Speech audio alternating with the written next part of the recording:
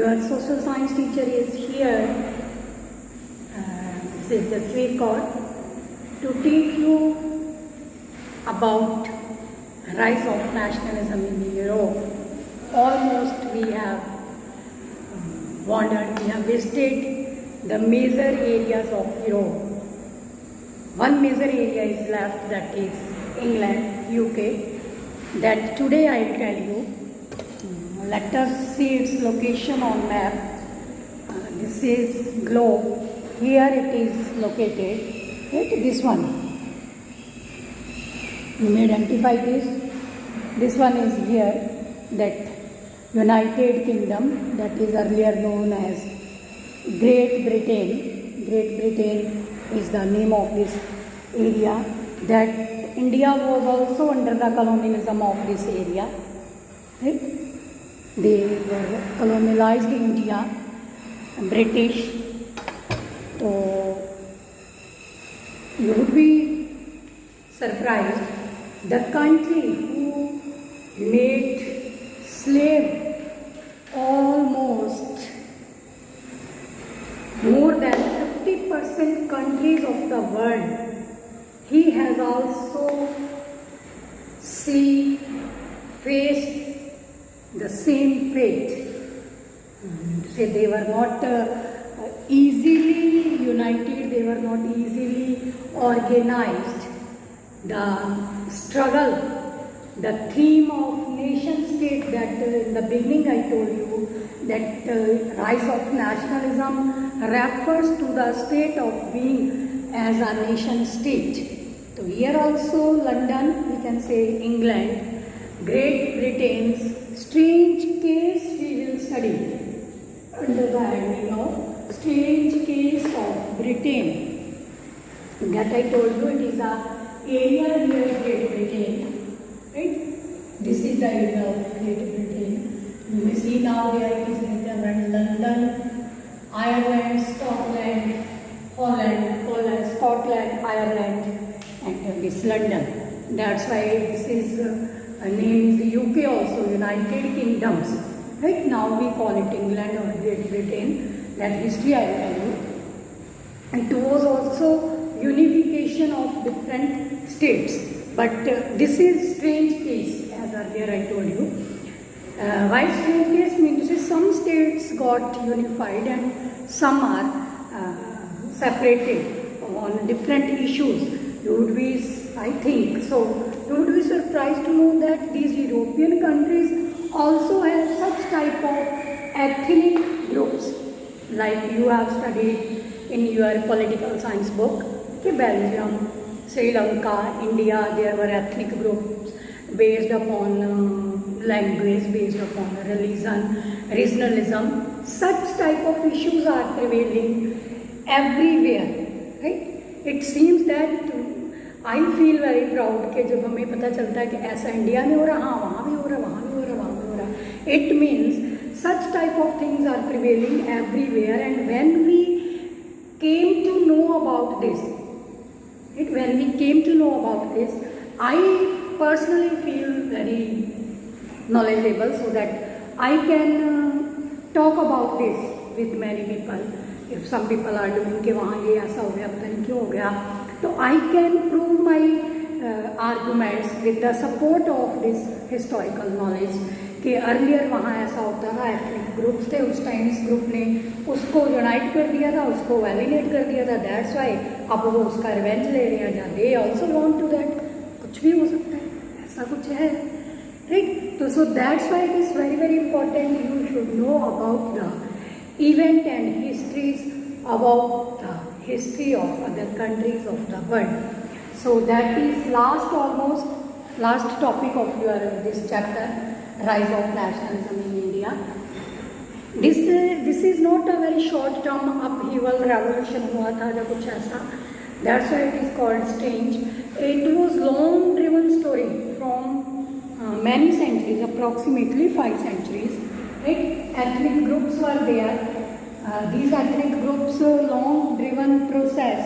There was no British nation till 18th century. There was no British nation till 18th century. In the end of the 18th century or beginning of the 19th century, we can say end of the 18th century. It started with the Union Act of 1707 and 1858 something nearby. 1858 there was also one major incident. I'll tell you that any other day. That is not related with it. Okay, sorry. 1707 and then these ethnic groups were one English, right? English people, British, Welsh, this is Scot and Irish. English, Welsh, Scot and Irish. These four ethnic groups were there. They have their own identities, their own languages, Gaelic language, English language, Spanish, right? Such type of different languages were there. And moreover, they have their religion, basically Christian. All these ethnic groups were basically related to Christians, but method of their adoption of Christianity was different. Like, I can give you one example, like in India we have Hindus, Muslim, Sikh, no? And Christians also, but Christians in France is very less in India. We have Hindu, Sikh and these Muslims. Right? Muslims are also, if you know that, of two types, Sunni and Shias, and in Hindus also different type of according to their religion they are divided. In Sikh also, like Radha Swami, Dera Wala, Gurdwara, Nirankari, like this.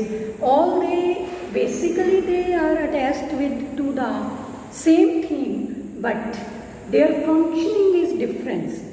Based upon their functioning, they sometimes feel superior to the others and they want to show inferiority to the others. Such type of issues don't go so vast.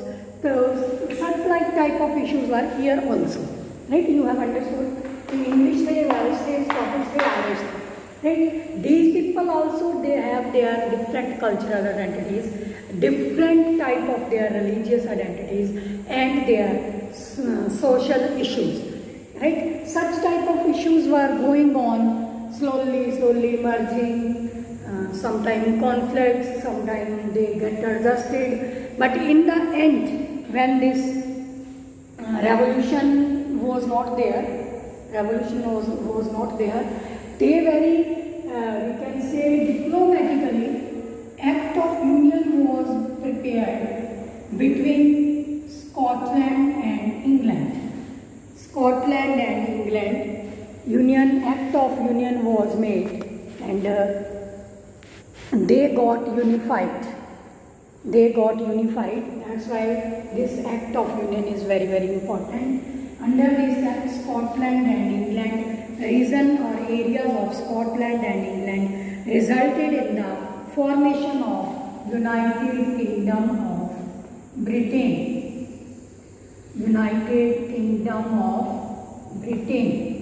Here what happened?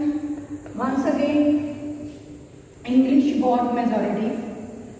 Right? Their language was adopted there according to their own willings, and Parliament was also established by them. Right? These Britishers in number, henceforth dominated by the English members.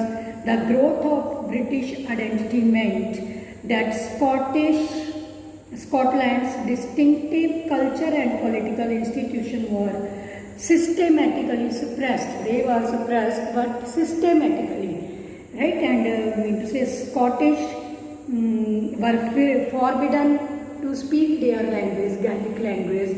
They were even stopped. They were even forbidden. Even we can say they were banned not to speak their language or not to wear clothes according to them, and even for their representation in the Parliament.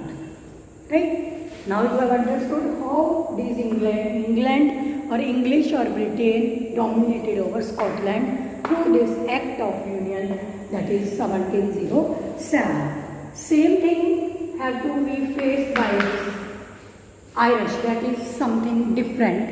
Ireland story is there. I'll teach you in your civics also. Basically, Ireland was a Christian country. Christianity was adopted, but based upon their cultural and religious identities, this Irish Christian group was divided into two parts: Roman Catholics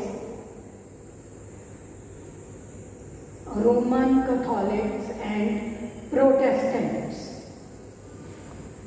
Right? Roman Catholics and Protestants. One group of them was basically too much acquainted with Christianity. You know that, I think, the basic principle of Christianity is the monks and nuns keep unmarried throughout their life, right? Who are performing their religious ceremony, even their institutions, schools वगैरह भी जो होते हैं, अभी भी आपने देखा होगा फादर और ये नाम्स होती हैं स्कूल में, they have to remain unmarried throughout the life. But something immoral was happening in between, right? We will not go for deep study.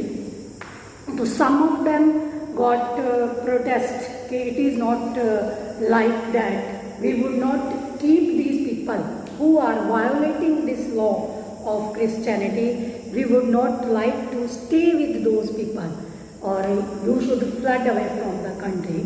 You should leave our country. You can take your own reason and stay there, right? But these were saying that we are right. Opposition were saying that we are right. You may go anywhere else, right? We will not allow you to stay here. So English people helped the Protestants of Ireland to establish their dominance over the largely Catholic country. Catholic revolt against British domination was suppressed. After failed to revolt Ireland was forcibly incorporated into United Kingdom in 1801. Ireland was forcibly united with this England. से Scotland के England के साथ आ गए, ये भी आ गया है, ये लोग फोर्सिबली इनके साथ कर दिया जाता था. सम population was asked to leave the country and they have left that country and took one extra region over there and that got separated. So in this way their old national anthem was also made, God save our noble king, the English language. They were actively promoted and the older nation survived as subordinate partner to this union. So in this way, this is strange case of Great Britain, what happened there during this rise of nationalism, to spread the spirit of modernization, to spread the spirit of nation state, right? And this Britain afterward ruled upon many countries of the world. More than 50% countries of the world has to go through the same fate, but there is no revolution, only agreements and treaties through which they have dominated overall. This Britain community dominated. I would like to tell you here also, this Britain when came to India, they dominated here. Dutch came here, Portuguese came here, Arabs came here, but they themselves fight was among them, and British were the winners. That way they were winner to establish their rule upon India, right? That is also the India.